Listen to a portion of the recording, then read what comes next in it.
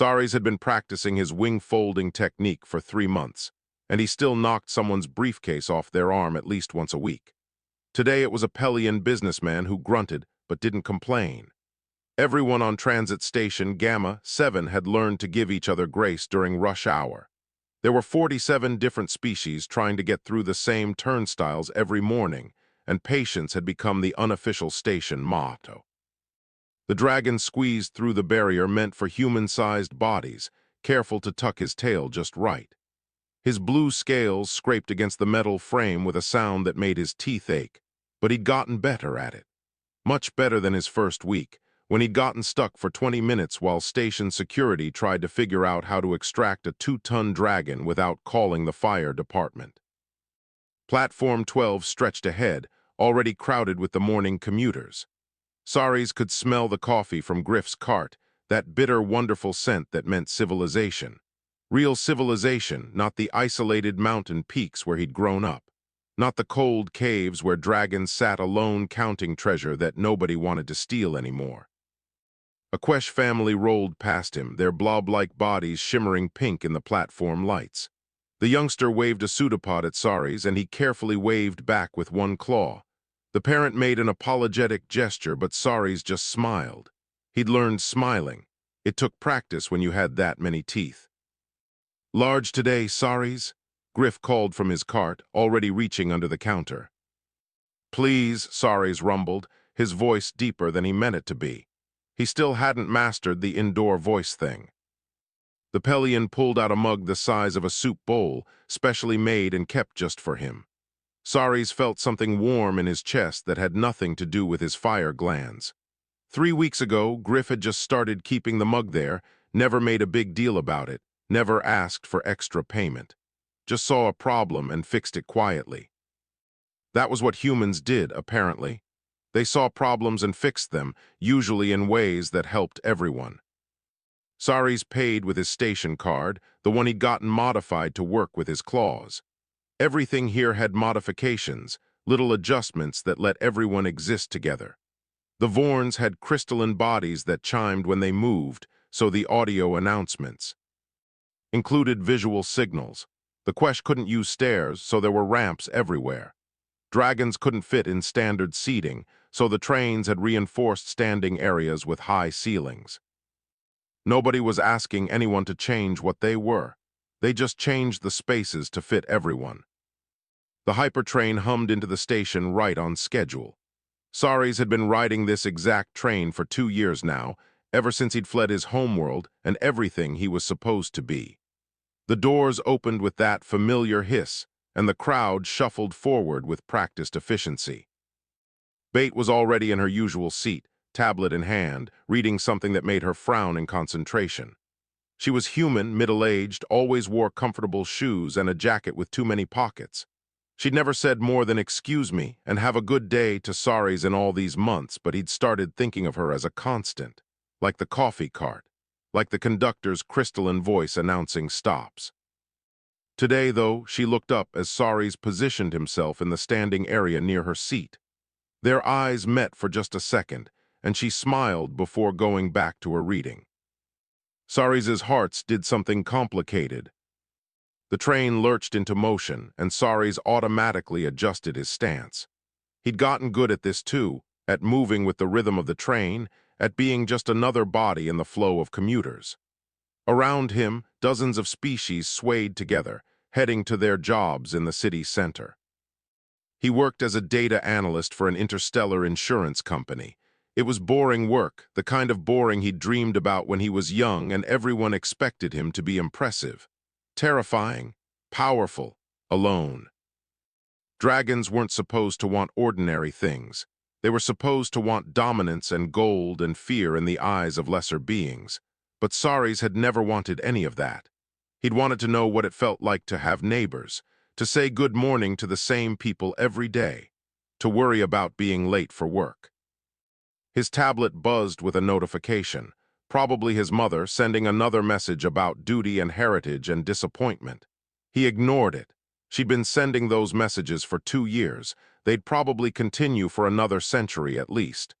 Dragons were patient when it came to grudges. The train slid through the tunnel, smooth and fast, carrying hundreds of people who had places to be. Outside the windows, the station blurred past in streaks of light. Humans had brought hypertrains to the galaxy 30 years ago, and everything had changed. Not because the trains were particularly advanced technology. Lots of species had fast transportation. But humans had built them for everyone, every species, every body type, every need. And then they'd made them public, made them affordable, made them normal. Bate turned a page on her tablet and Saris caught a glimpse of the screen. It was a book about Earth mythology, about dragons. He could see illustrations of scaled creatures breathing fire, terrorizing villages, hoarding gold in mountain caves. His ancestors, his legacy, everything he was supposed to be and everything he'd run away from. Bate glanced up again, caught him looking, and this time she didn't look away. "Sorry," she said, her voice quiet enough not to disturb other passengers. "I hope this isn't rude. I'm reading about dragons. Are you familiar with Earth mythology?" Saris felt his translator chip warm against his skull as it processed the question. He could say no, could pretend he didn't know or didn't care, could go back to being invisible. Instead, he said, "I know it. The stories get some things right, most things wrong." Bates' eyebrows went up with interest, but before she could respond, the conductor's voice chimed through the speakers. "Next stop, Central Plaza, doors opening on the left." The moment passed. Bate gathered her things, gave him a small smile, and joined the flow of passengers heading for the doors. Saris stayed where he was. His stop was 3 more down the line. But something had shifted. Someone had asked him about being a dragon, not with fear, not with awe, just with curiosity. His tablet buzzed again. This time he looked. It wasn't his mother. It was a message from the Dragon Council of his homeworld. Official, formal, concerning. 3 representatives will arrive at Transit Station Gamma 7 in 7 days. You will meet with them regarding your obligations to your kind. This is not optional. Saris's coffee suddenly tasted like ash. Outside the window, the station blurred past, all those lights and lives and ordinary beautiful chaos. He didn't want to leave. For the first time in his long life, he finally had something he didn't want to lose. The train carried him forward anyway, just like always, toward whatever came next. The coffee cart. Line moved slower than usual. A Vorn child kept trying to count their credits, but the crystalline fingers made the coins slip everywhere. Griff waited patiently, not rushing, while the parent made apologetic chiming sounds. Nobody behind them complained. This was Platform 12. Everyone had been that person fumbling with payment at some point. Saris waited his turn, thinking about the message from yesterday. 7 days. The council representatives would arrive in 7 days, and his quiet, ordinary life would probably end. Dragons didn't understand choosing a smaller life. They'd call it weakness, betrayal. They'd demand he return home to his cave, to his isolation, to being properly impressive and terrifying. He didn't want to go back to being terrifying. "You look troubled, mate." Griff had the large mug ready, already pouring before Saris even reached the counter. "Rough morning." "Something like that," Saris admitted. He'd gotten better at small talk, though his first few months he just nodded and tried not to breathe fire by accident when nervous. "Well, coffee fixes most things," Griff said, adding an extra shot. "And what it doesn't fix, it at least makes bearable." That was wisdom right there. Saris paid and carefully wrapped his claws around the warm mug, feeling the heat seep through his scales. This right here, this moment. This was what he'd wanted his whole life without knowing how to name it. Someone remembering how he took his coffee, someone noticing when he looked upset. Community, that was the human word for it. The hypertrain slid into the station with its usual hum. Saris had learned all the sounds by now. The slight squeal on the third car's brakes. The way the doors on car 5 stuck for half a second before opening. The specific chime pattern the conductor used for Central Plaza versus Downtown Hub. He boarded, positioning himself in his usual spot. Bate was already there, same seat, but today she looked up immediately when he entered. I wanted to apologize, she said before he could even set his coffee down. Yesterday, I shouldn't have asked about the book. That was presumptuous. No, Sari said quickly. No, it was fine. I just wasn't expecting conversation. Bates smiled, and it reached her eyes in that way humans had.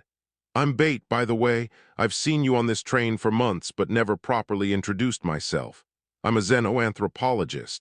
I study how different species integrate into mixed communities.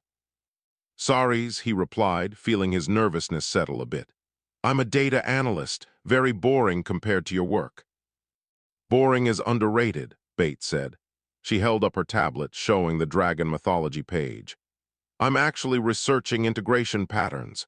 Dragons are fascinating because traditionally your species is solitary, but here you are commuting daily with 47 other species. That's unprecedented in dragon history. It was unprecedented in his personal history too, but Saris didn't know how to explain that. How did you tell someone that everything they took for granted, the casual greetings, the shared spaces, the simple act of standing next to strangers without violence, was magic to you? The book gets dragons wrong, he said instead. We're not obsessed with gold. We collect things, yes, but that's not the point.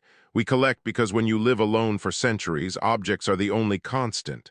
Gold doesn't die. Gold doesn't leave. Bates' expression shifted to something softer. Understanding, maybe. So the hoarding isn't about greed, it's about loneliness.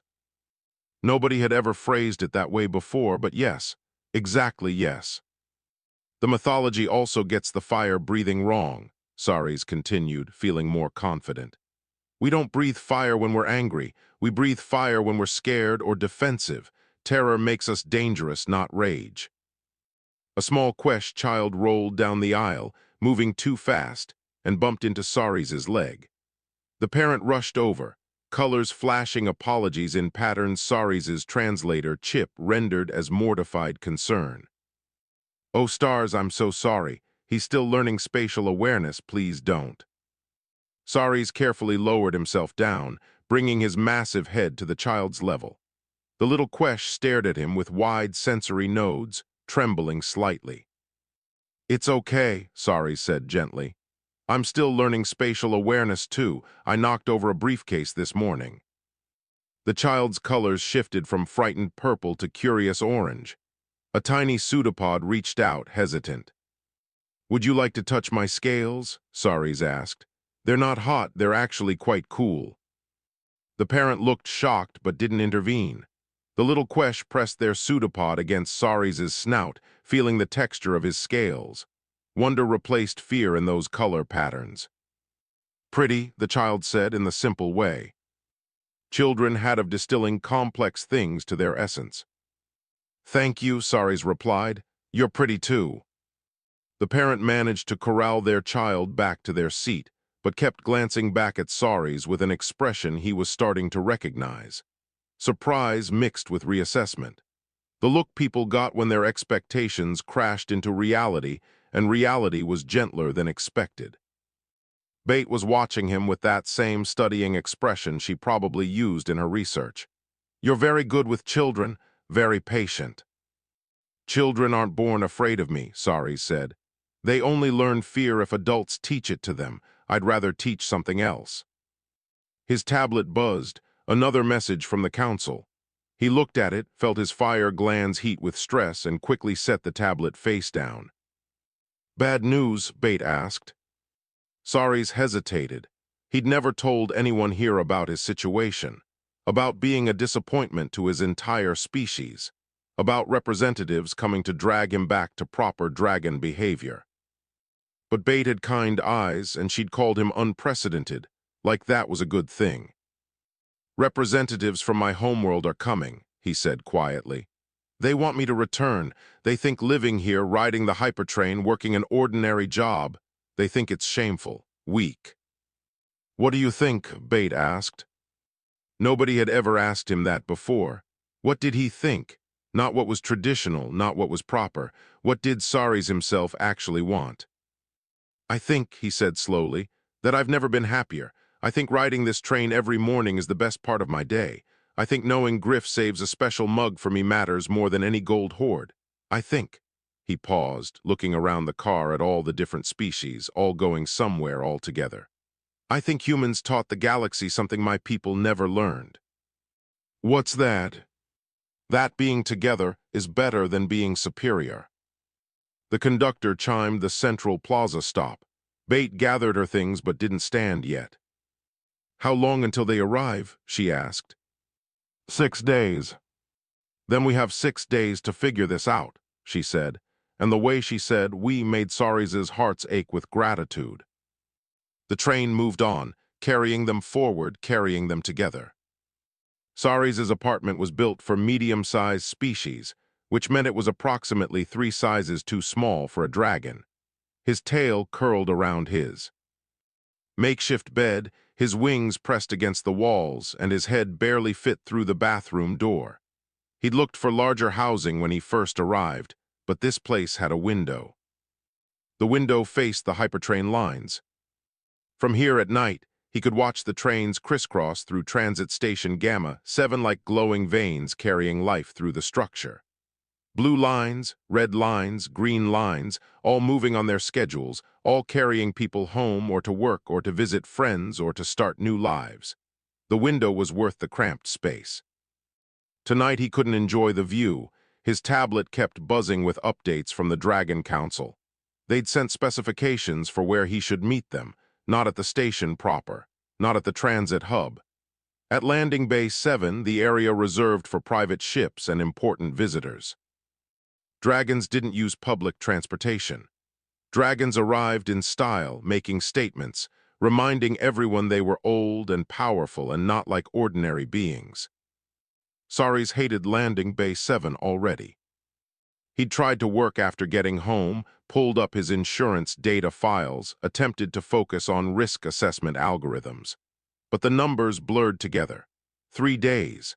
The representatives would arrive in 3 days, and he still hadn't figured out what to say to them. His communicator chimed with a different tone. Not the council, Bait. I've been researching dragon culture, her message read. Found some interesting historical precedents. Can we talk tomorrow? Same train. Saris typed back with careful claw movements. Yes, thank you. 2 words felt inadequate for the gratitude he felt, but humans seemed to understand what words couldn't carry. He fell asleep watching the trains move through the dark, trying to memorize the pattern of lights in case he never saw them again.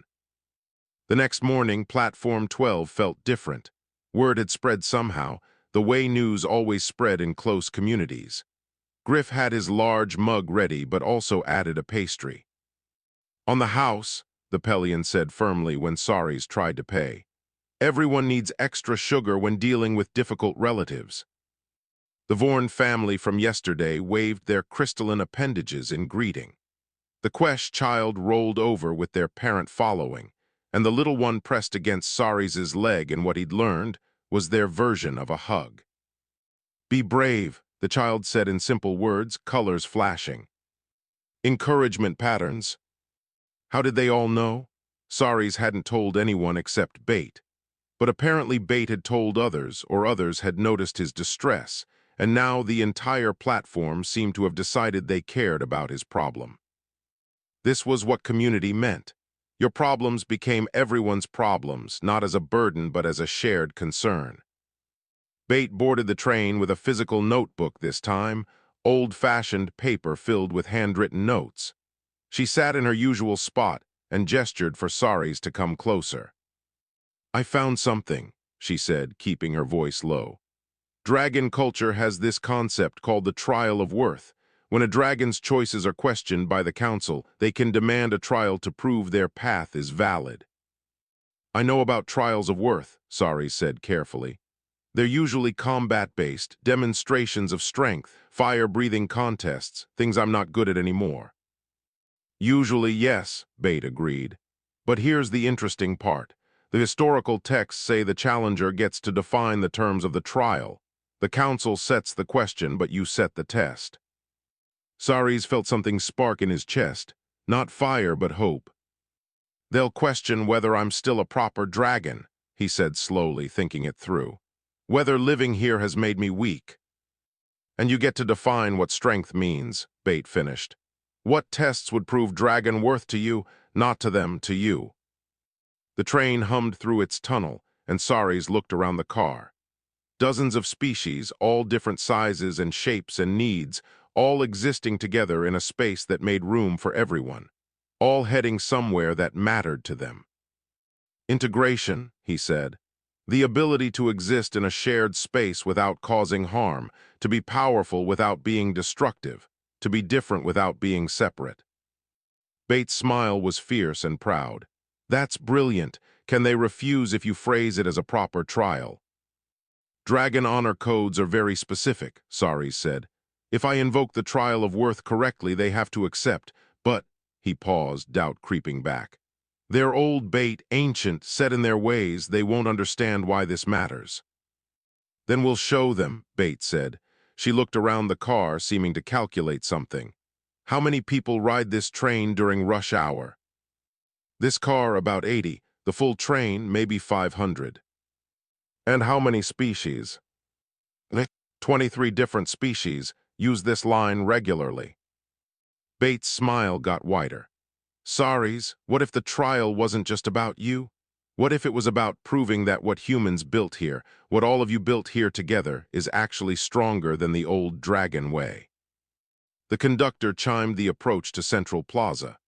Around them, passengers started gathering their belongings, preparing for their stops, moving with practiced coordination that came from riding together every day. They arrive tomorrow, Saris said quietly. At Landing Bay 7, they expect me to meet them there. Will you? Saris thought about his cramped apartment with its perfect window view, about Griff's coffee cart and the saved mug, about the Quest child who thought his scales were pretty, about Bate, who'd spent her own time researching dragon law to help someone she barely knew. Yes, he said, but not alone, would you? Would you come with me? Of course, Bate said immediately. Then she paused, that researcher gleamed back in her eyes. Actually, I have a better idea. What if everyone came with you? The train slowed for the station stop. Through the windows, Saris could see the platform, could see dozens of people waiting to board, all of them part of this strange, wonderful community that had somehow become his home. Everyone, he asked. Everyone, Bate confirmed. If they want to judge how you've changed, let them see exactly what changed you. Let them see what you've become part of. It was audacious. It was unprecedented. It was possibly the most undragon thing he could imagine. Saris loved it. Okay, he said. Let's show them what happens when you actually let people in. Bate squeezed his foreclaw gently before standing to exit. See you tomorrow, Saris. Same time, same platform. Bring your courage. I'll bring my friends, Saris replied and realized he meant it. He had friends, actual friends, more valuable than any hoard of gold. Landing Bay 7 was designed to impress. High ceilings, polished floors, dramatic lighting that made every arrival look like a staged performance. Saris hated everything about it. This was the opposite of Platform 12's comfortable chaos. This was where people came to remind everyone else they were important. He stood near the arrival gate, trying not to fidget. Bates stood beside him, looking completely calm in the way humans did when they were actually nervous but refused.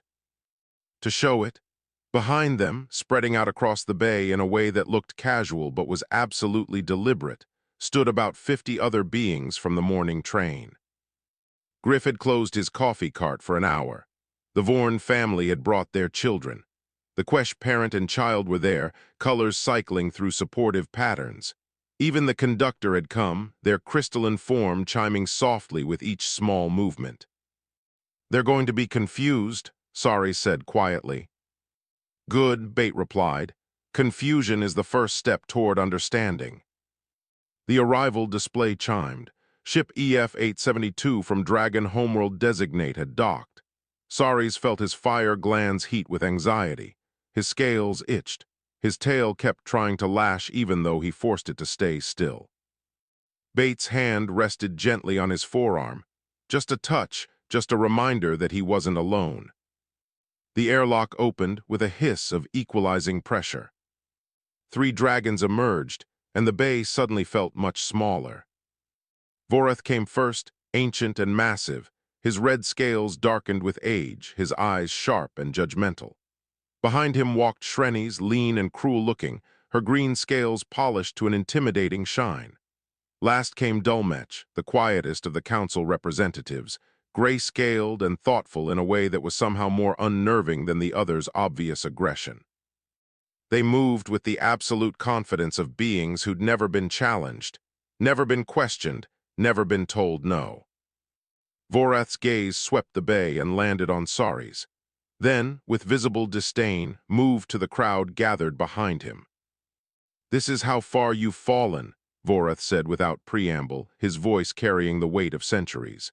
"Surrounded by lesser beings, hiding behind them like prey."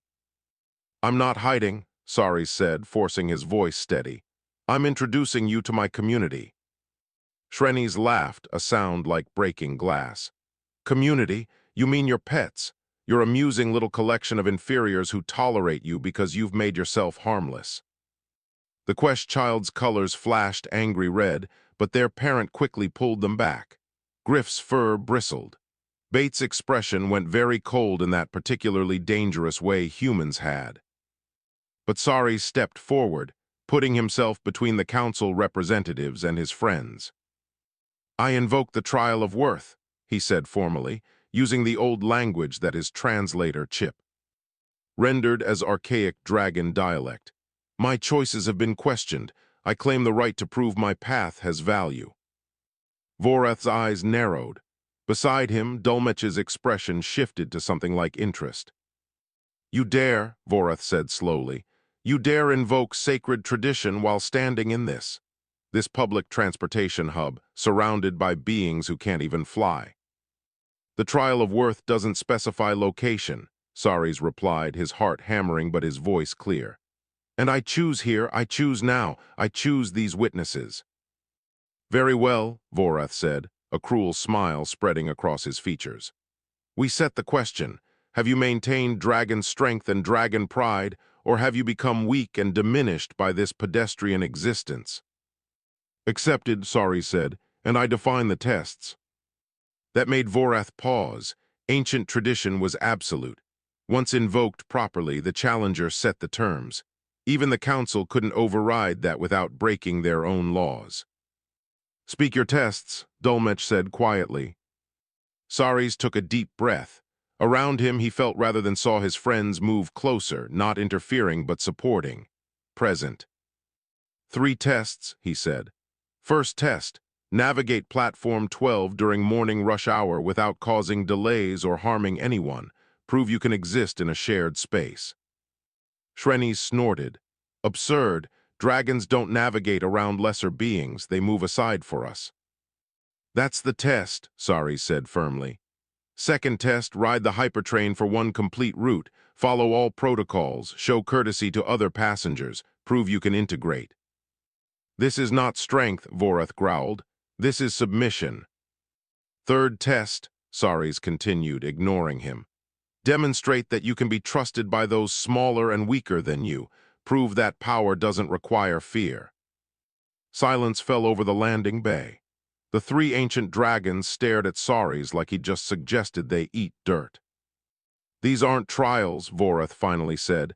"These are humiliations. You're asking us to behave like them." He gestured dismissively at the crowd. "Yes," Saris said simply. "I'm asking you to prove you can do what I do every day. If it's so beneath dragon dignity, if it's so weak and shameful, surely 3 council representatives should find it trivially easy." The trap was so obvious that even Shrenis saw it. If they refused, they admitted these simple acts were actually difficult. If they accepted, they had to actually try to integrate, and Saris suspected they'd fail spectacularly. Dulmech made a sound that might have been amusement. "Clever. You've learned tactical thinking from your humans." "I've learned a lot of things here," Saris agreed. Bates stepped forward, her researcher voice clear and confident. "For the record, as a xenoanthropologist, I'm officially observing this trial. All tests must be completed in good faith, with genuine attempt at success, or they're invalid by cultural integration standards. And who are you to set standards? Shrenes demanded. I'm Dr. Bate Coleman, chair of the Xenoanthropology Department at Transit Station University, Bate said calmly.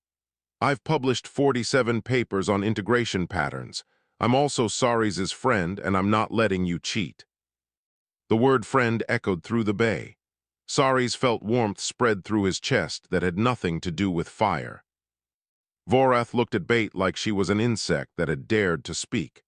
But dragon honor held, and she'd invoked official observer status in a way he couldn't dismiss.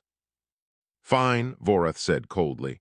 We accept your ridiculous tests. Tomorrow, morning rush hour, will prove these tasks are beneath notice and that you've wasted your strength on meaningless gestures. Tomorrow then, Saris agreed. Meet us at platform 12, 7 in the morning. We don't use public platforms, Shrenes started to say. You do now, Griff called from the crowd. If you want to judge our Saris, you ride our trains. The ancient dragons looked at the gathered crowd, really looked, and for just a moment Saris saw uncertainty in their expressions. They'd expected to arrive, overwhelm him with presence and tradition, and drag him home. They hadn't expected resistance. They definitely hadn't expected solidarity. 7 in the morning, Vorath repeated, turning back toward the airlock. Don't be late, though I suppose punctuality is another of your newly acquired pedestrian habits. They left, taking their dismissive superiority with them. The moment they were gone, the crowd erupted in conversations. The conductor chimed an encouraging pattern. Griff was already planning what kind of coffee might challenge ancient dragon taste buds. Bate turned to Saris, her expression both proud and worried. They're going to fail, you know. They won't be able to help themselves. I know, Saris said, that's what I'm counting on. Tomorrow everyone sees what they really are and what I've become. Platform 12 at 7 in the morning was always controlled chaos, but today it felt like the entire station had shown up to watch. Saris arrived early, positioning himself near the turnstiles where the council representatives would have to enter. Bate stood with him, tablet ready to document everything in her official observer capacity. The regular commuters were all there. Griff's cart was doing record business. The Quesh family had claimed their usual spot. The Vorn children chimed excitedly, their crystalline bodies catching the platform lights. Even people who normally use different platforms had shown up, word having spread through the station's communication networks. Nobody was saying it out loud, but everyone knew what this was really about. Saris wasn't just proving himself to the council. He was proving something about all of them, about what they'd built together here. At precisely 7, the 3 ancient dragons approached the platform entrance. They looked completely out of place. Their scales gleamed with old power, their movements carried centuries of assumed dominance, and their expressions radiated contempt for everything around them. Several commuters actually backed away instinctively before catching themselves. First test begins now, Bate announced, her voice carrying across the platform. Navigate to platform 12, board the 7:15 train, and complete the journey without causing delays or harming anyone. Vorath approached the turnstile. He was too large for it, obviously, but that was the point. Saris fit through it every day by folding his wings just right, tucking his tail at a specific angle, lowering his head and moving with careful precision. Vorath simply pushed through with brute force. The turnstile buckled, metal shrieked, people nearby jumped back. That's destruction of station property, Bate said calmly, making notes, and causing distress to nearby passengers. First test failed already. Ridiculous, Vorath snarled. The entrance is inadequate. It fits Saris fine, Griff called out.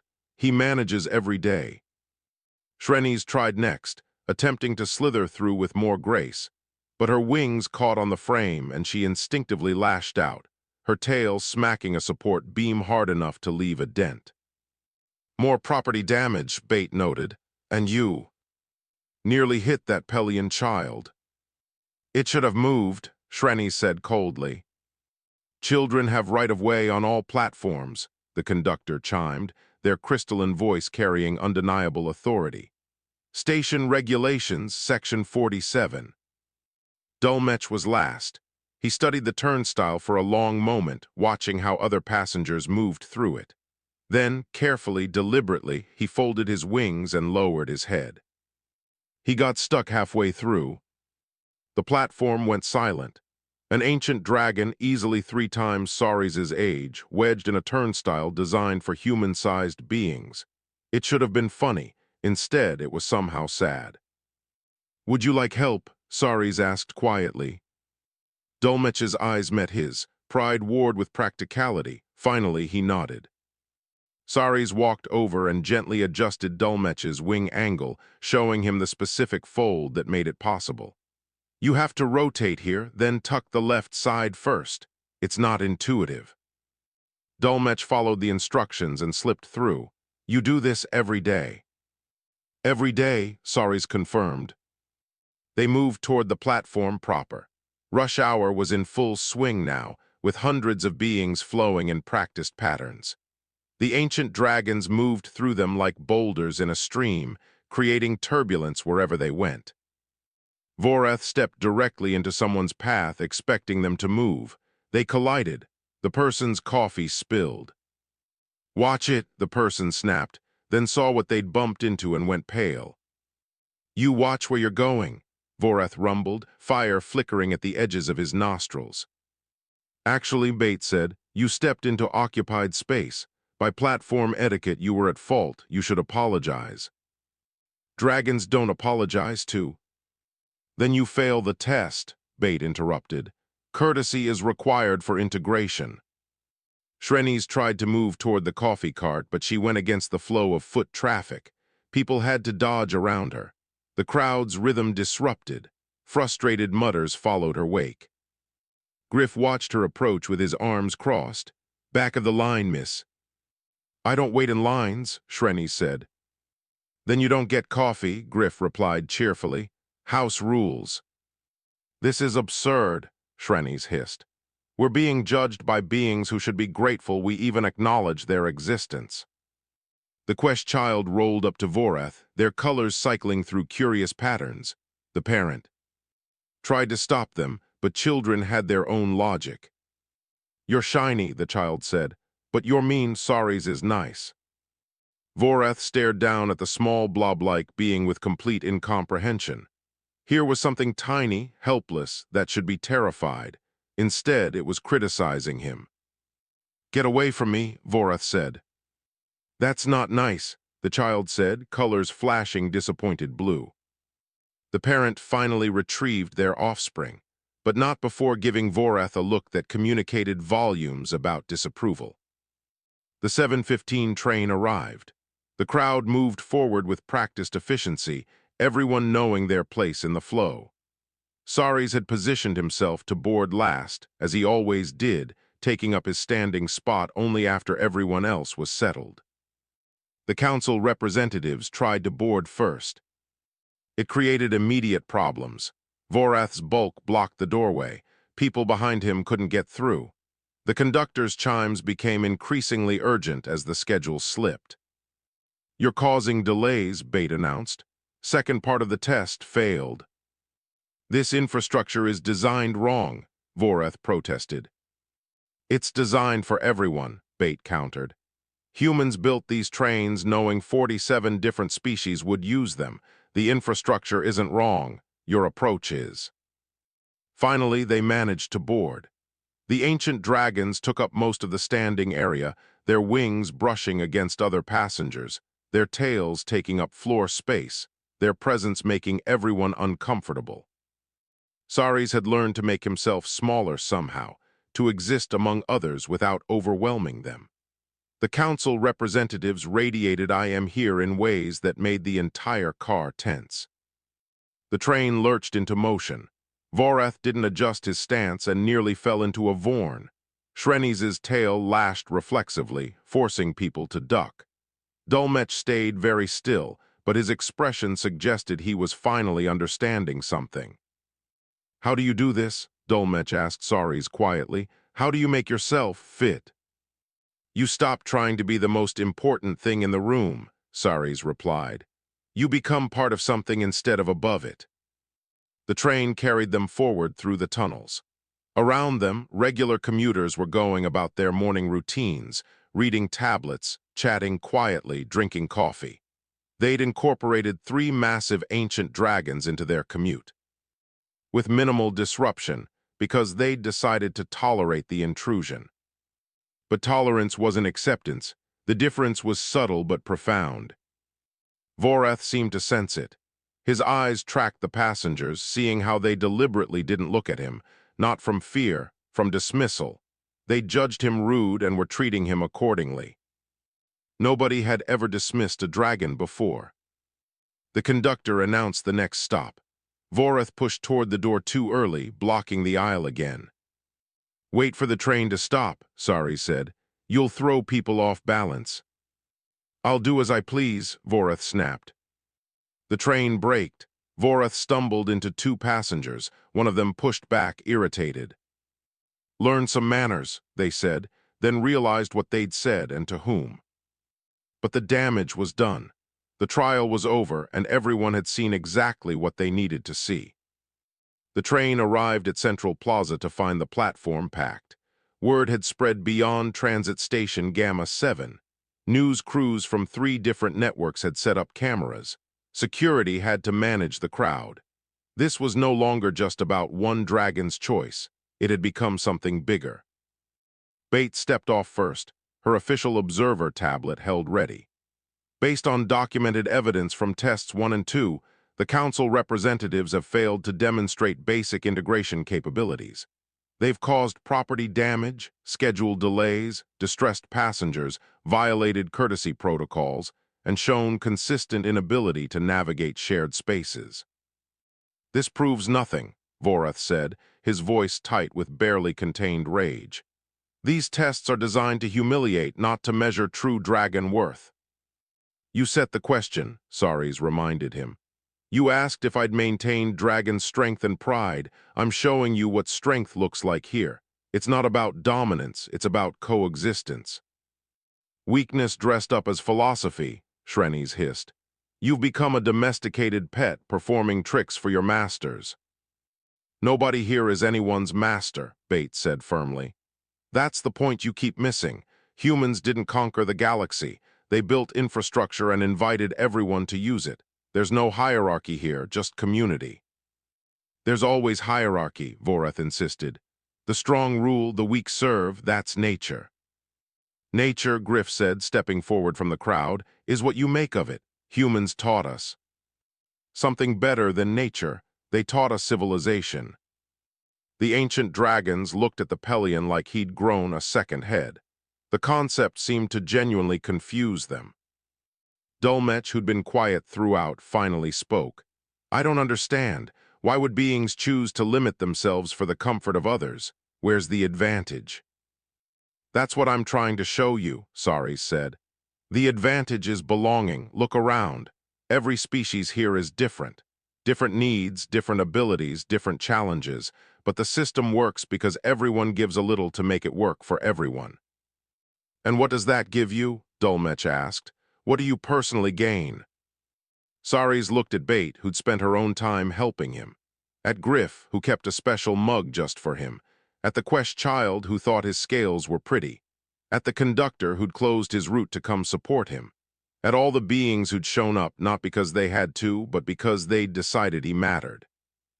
Everything, Saris said simply. I gain everything. The 3rd test was supposed to happen next, the test of trust. But Vorath was done pretending. Enough of this farce, he declared, his voice carrying across the platform. You want to see dragon strength, real strength? I'll show you. His fire glands activated, heat building visibly in his throat. The crowd gasped and pulled back. Security moved forward, but too slowly. Vorath wasn't targeting anyone specifically. He was just going to demonstrate raw power, burn something, prove that might was what mattered. Saris moved without thinking. Years of commuting had taught him the layout of the platform, the flow patterns, where people would be. He placed himself directly between Vorath and the crowd, spreading his wings wide. "Don't," Sari said quietly. "Please." "Move," Vorath commanded, "or burn with them." "No." It was the simplest word in any language, the most fundamental refusal. Sari stood his ground, knowing he wasn't strong enough to actually stop an ancient dragon, knowing his fire wasn't hot enough, his scales not thick enough. But standing anyway. "Because that's what you did for your community. You stood." Bait moved up beside him, then Griff, then the conductor, then dozens of others, different species forming a wall of bodies that said we're together in this. Vorath stared at them, fire dying in his throat, not from fear, from complete incomprehension. His entire worldview didn't have space for this, for prey defending each other, for the weak protecting the weaker, for everyone choosing solidarity over survival. "You've lost yourself," Vorath said finally, but his voice had lost its certainty. "This isn't dragon strength, this is... I don't even have words for what this is." "It's human strength," Bait said. "We gave it to the galaxy, the strength to care about strangers, to build systems that help everyone, to choose together over alone." Dulmech was watching the crowd with an expression that might have been wonder. "You all came here for him, not because you fear the council, not because you owe him debt. You came because he's our friend," the Quest child said, rolling forward with typical child fearlessness. "And friends help friends." The child looked up at the ancient dragons with colors flashing determined orange. "You're bullies. My parent says bullies are people who are mean because they're scared. What are you scared of?" Children, Sari's thought, had a way of cutting through everything complicated to reach the simple truth underneath. "Scared," Shreni said. "We fear nothing." "Then why are you so mean?" the child persisted. Dulmech made a sound that might have been a laugh or might have been pain. "From the mouths of younglings, we're scared because what you've built here makes everything we are irrelevant. If strength doesn't require dominance, if power doesn't require fear, then what have we been for all these centuries?" "Alone," Sari said gently. "You've been alone, it's not too late to be something else." Vorath shook his massive head. "I cannot. This isn't changing, Saris, this is surrender." "Then I surrender," Sari said. "I surrender isolation for community. I surrender fear for trust. I surrender being above everyone for being among them, and I've never been stronger." The crowd around them erupted in cheers, not triumph over the council, just support for one of their own. Vorath turned away. Shreni's followed. They would leave, return to their caves, continue being alone together. Some people couldn't change even when change was offered. But Dulmech stayed. "I would like," he said slowly, "to try the third test. I would like to learn, whatever this is." "Integration," Bait said. "It's called integration, and it starts with riding the train like everyone else." 3 months. Later, Saris boarded the 8:15 train, same as always. Bait was in her usual seat, reading about Vorn crystalline communication patterns. Griff had the large coffee ready plus a second one for Dulmech, who still hadn't mastered the wing folding but was getting better. The ancient dragon squeezed through the turnstile with only minor scraping sounds. Small victories. "How was the job interview?" Bait asked Dulmech. "Strange," Dulmech replied. "They asked what value I could bring to the team, not what I could dominate or what I was strongest at, what value I could add to others." "And what did you say?" Saris asked. "I said I was still learning what that meant. They hired me anyway, said learning was valuable." The conductor chimed the departure signal. The train lurched into motion, carrying dozens of species toward their ordinary days.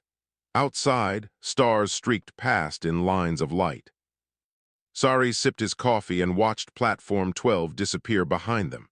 Somewhere on his homeworld, dragons sat alone in caves, counting gold nobody wanted, breathing fire at nothing, being magnificent and powerful and terribly, desperately alone. He'd made the right choice. "Next stop, Central Plaza," the conductor chimed. Bait looked up from her tablet. "You're coming to the interdisciplinary mixer tonight, right? I want to introduce you to the head of engineering. She's fascinated by your work on integration algorithms. I'll be there, Sari said. Then, because he still marveled at being able to say it, I'll bring Dolmetsch. He should meet more people. Friends, the Quest child said from across the aisle, colors flashing happy yellow. We're all friends. Yes, Sari's thought, that's exactly what we are. The Hypertrain carried them forward through the dark, a tube of light and life and community moving through the vast empty space between stars. Inside, people who were nothing alike sat together, stood together, rode together toward whatever came next. And that, Sari's knew, was the real dream. Not flight, not gold, not power or fear or magnificent isolation. Just this, just riding the morning train with friends, knowing you belonged, knowing someone saved a mug for you, knowing children thought your scales were pretty. The dragon's dream wasn't flight. It was riding the Hypertrain like everyone else.